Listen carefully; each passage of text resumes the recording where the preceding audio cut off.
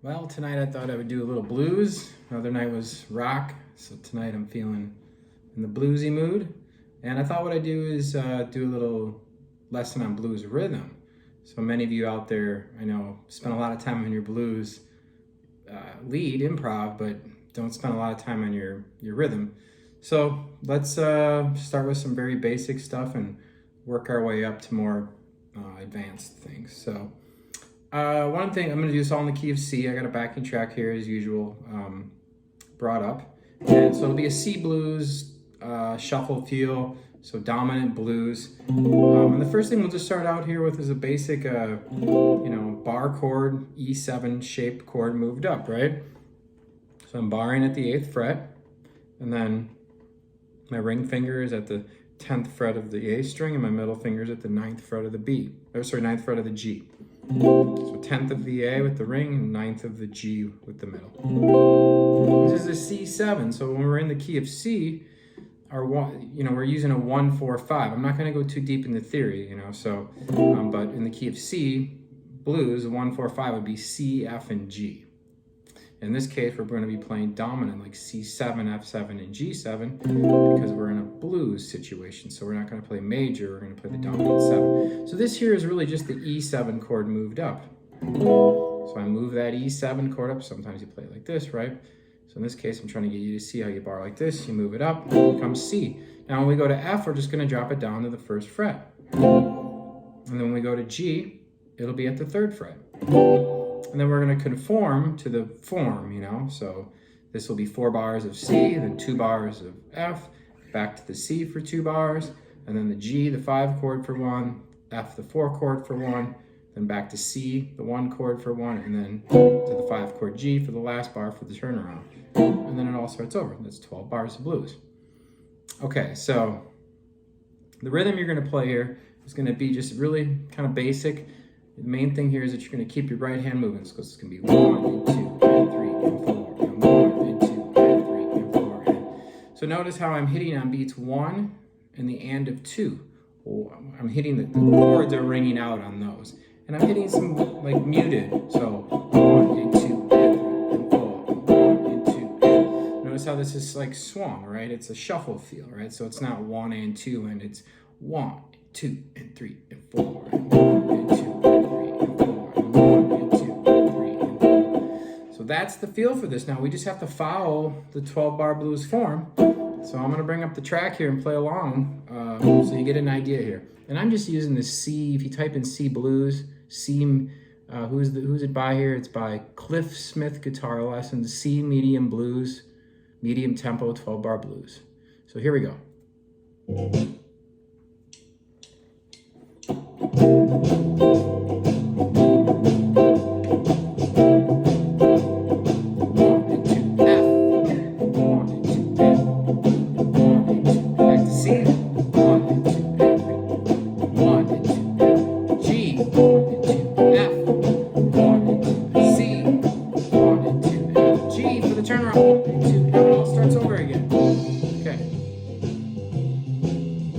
It's a very basic rhythm there.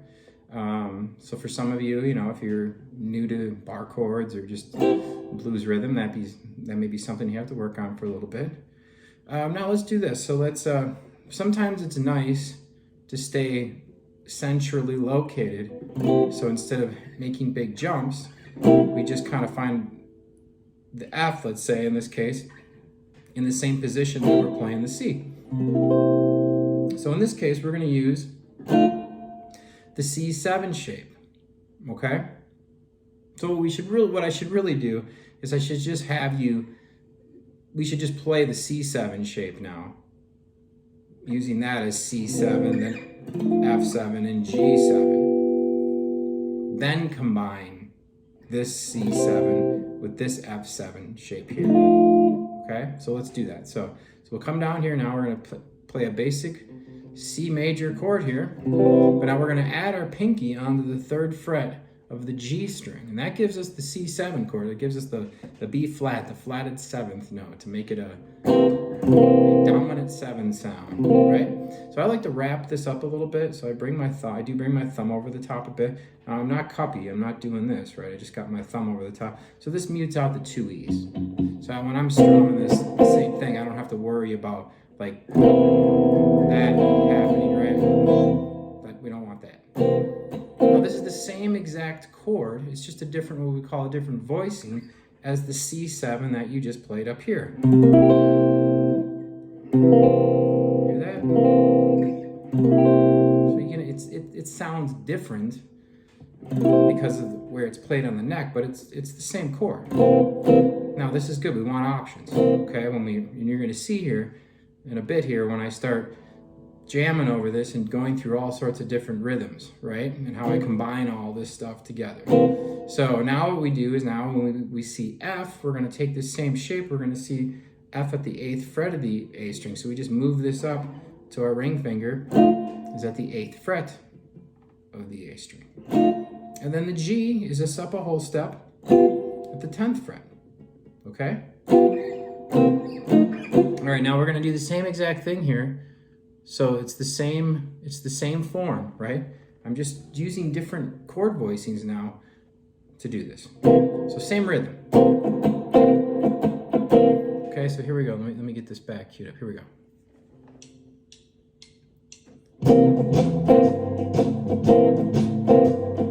One and two and three. Here comes F, 8th fret. Back to C. 1 and 2 and 3. 1 and 2. Here comes G. 1 and 2 and F. 1 and 2 and C. 1 and 2 and G for the last one. And then it'll all turn around again, okay?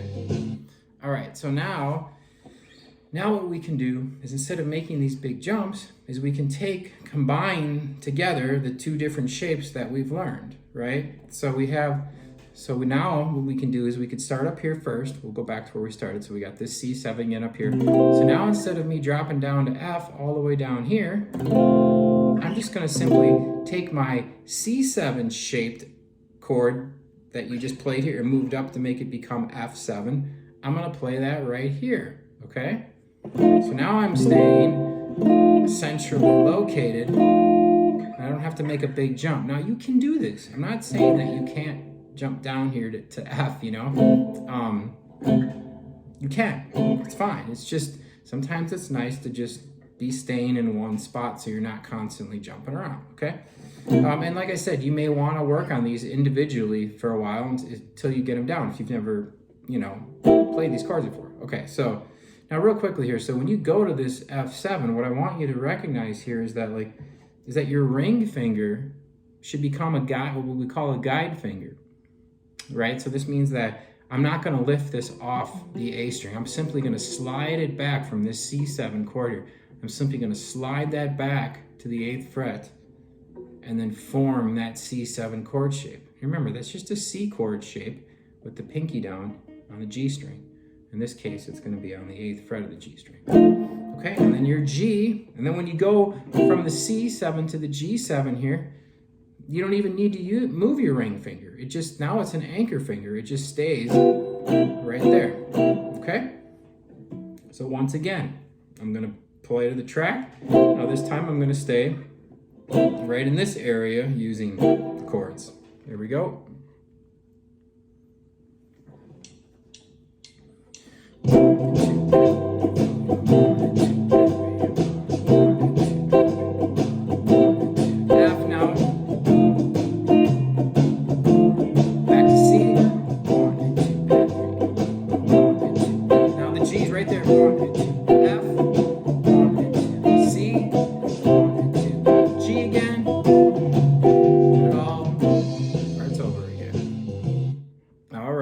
So, they may be a little bit tricky. Another thing here I want you to be aware of, it's funny, I'm watching myself in the camera here and I'm just like, as I'm playing rhythm, I'm thinking and recognizing like, oh, I need to explain how loose my wrist is. When I'm strumming here, right? It's very loose. It's very, it's, I'm not going like, I'm not all arm, right? Like, it's a very loose.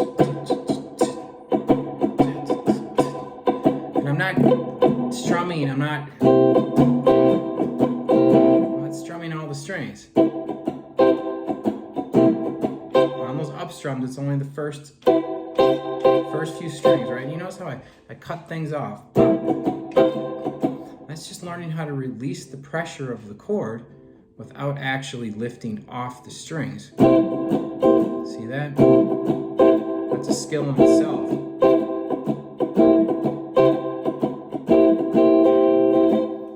Okay. All right, so we got those two chords, shapes now. You can work on those. Now we're gonna go to another one here. So this is a little bit more challenging, but this is a great chord. I call this chord the money chord. And the reason I call it the money chord is because I've used it in, I swear to God, every genre of music I've ever played. And I play a lot. I dabble in a lot of different styles. So this is what we call the ninth chord. This is still a dominant chord. Again, I'm not going to get too much into theory here of things, okay? But this would be a C9. 9 is really the second note of the scale, an octave higher. So if it's C9, that means we're really talking about adding in a D note, an octave higher, okay? So how we do this here now is we, with our ring finger, we bar down on the 3rd fret of the G, B, and E string. And then our index finger plays the 2nd fret of the D string. Our middle finger plays the 3rd fret of the A string. So from the A string down, we're going 3, these are the frets, 3, 2, 3, 3, 3. Okay? Some of you might write, you know, like funk.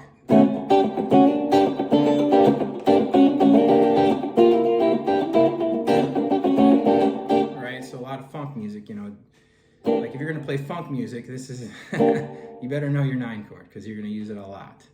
Okay, so once again, now here's the cool part about this is that, you know, you had your C7 chord shape here right off the same root that C was at the 3rd fret of the A string. So here's my C7, here's my C9. Okay, so now when we do this, guess what? You just, like before, you move it up. Right? Okay, and then the G, right? So let's do that again. So sorry, that was just, so that's F at the 8th fret of the A string, just sliding that C9 up, and then I'm going up to G at the 10th fret. Okay? So once again, here we go with the rhythm.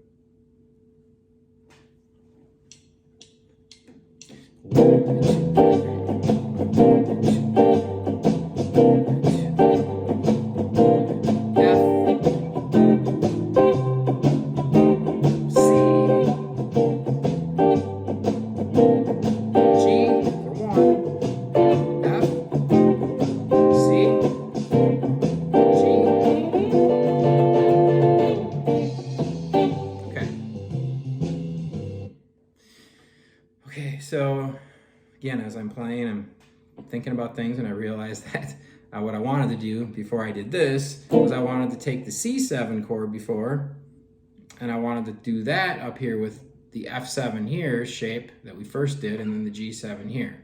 Okay, so I'm gonna go back and do that, so I hope I'm not confusing anybody with this. I'm just trying to do this in a somewhat logical order if you're new to this stuff, right? So what we're gonna do is just gonna go back real quick to this C7 shape here, and then we're gonna play our F7 here using the E7 shape, and then your G7 shape here. Okay, so again, we're staying centrally located. So just like before, we used the E7 shape up here for C7, and then we went to F7 here using the C7 shape, and then G7 here. Now we're starting with C7 down here, and then we'll move to F7 here and G7 here, right? So the point of this is that, again, like we don't have to be jumping around. You can, but you don't have to. So it's just nice to know that you're kind of covered with chords in any area on the neck, all right? So here we go. Let's do this once here now.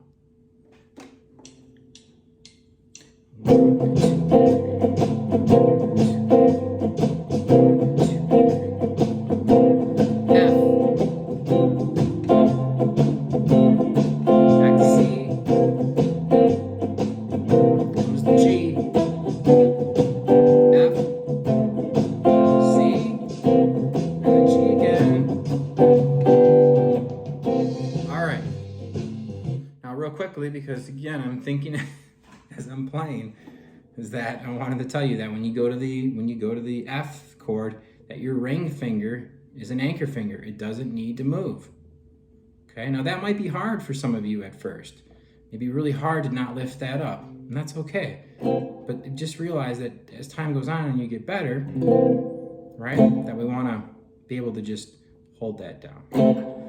All right, so there are essentially, if you can think about it, we covered a C for this. I'll just say for C7, we covered the C7 shape. We covered the E7 shape for C7, and then we took the dominant 9 for C, and then we plugged those into the 4, the F, and the G, right?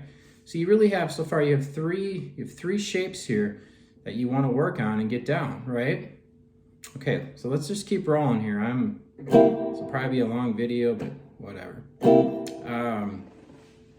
this is C. Now we're going to use the A7 shape. So for some of you, you might be recognizing here as we're using our CAGED system.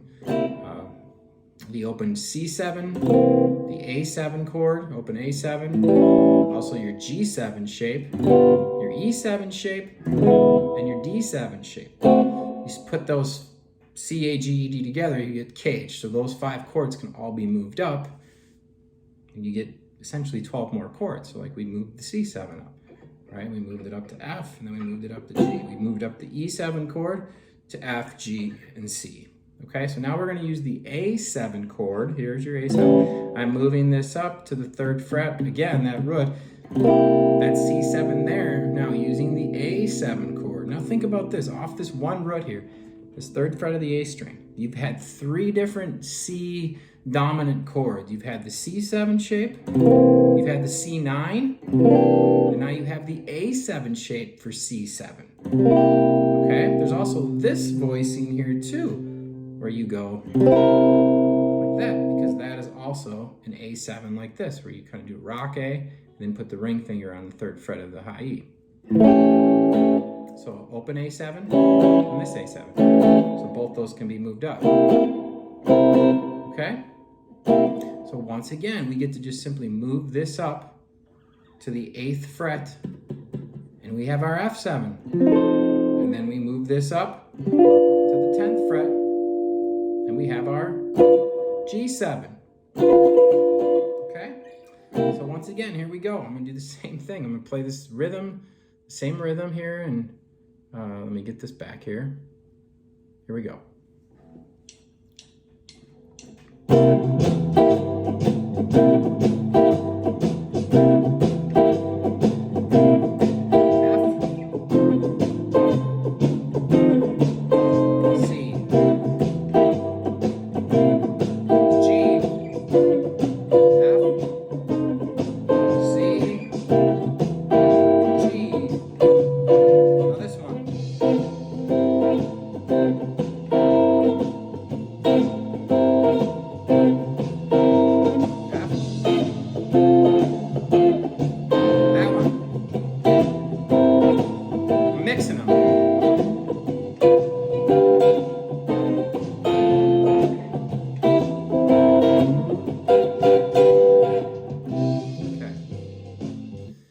So I started to just kind of mess around there and take both these A7 shapes and just started just kind of mix them together, right? All right, so now let's move on to, I'm not gonna do the G, so basically when I do the D7 chord shape here, I guess this is really turning into like a caged kind of video or lesson for blues rhythm here, but so I'm going to do the D7 shape moved up now for the C7, the F7, and the G7. Okay, and I'm not going to do the G7. I'm not going to get into why. It's just kind of a weird shape. When you were kind of doing this here before the C7, you were kind of doing part of it. It'd be like this. It's very cumbersome, very weird feeling. So I'm just not going to bother with that one. So most people aren't going to use this shape. So you'd have, so 4 out of the 5 CAGED is, to know those 4 is going to be really good to know those. So So here we go. So now what we're doing here is we're at the 10th fret of the D string, and then we're forming a D7 chord. Right? So what we have here now is we have the 10th fret of the D string with our index finger. We have the 12th fret of the G string with our ring. We have the 11th fret of the B string with the middle, and we have the 12th fret of the high E with the pinky. So this would be a D7, open D7 chord. Again, you probably form it like this. But if I do like this, and then I start moving this up, because the root's on the D string here. So I start moving this up to the 10th fret, that is C there. Okay, and then our F is at the 3rd fret of the D string. And then our G is at the 5th of the D string. So once again, here we go, same rhythm.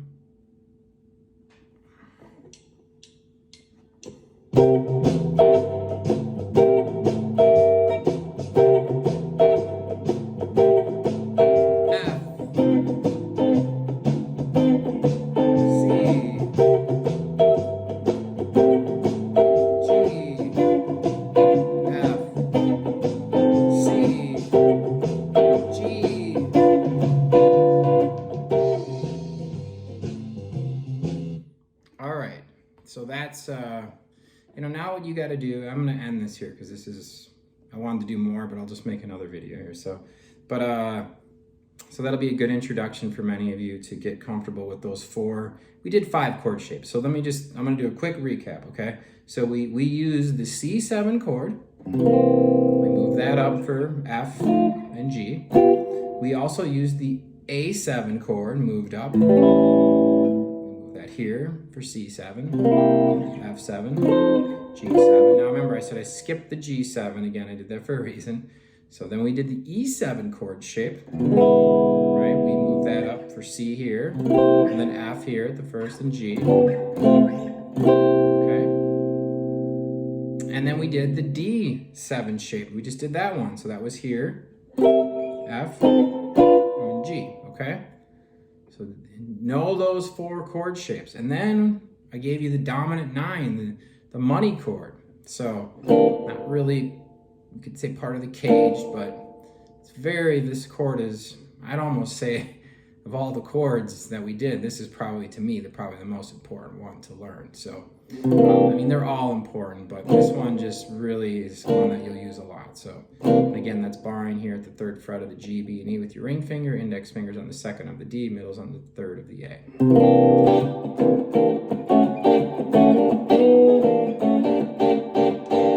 Okay, then we move that up to the 8th again for F, and then to G.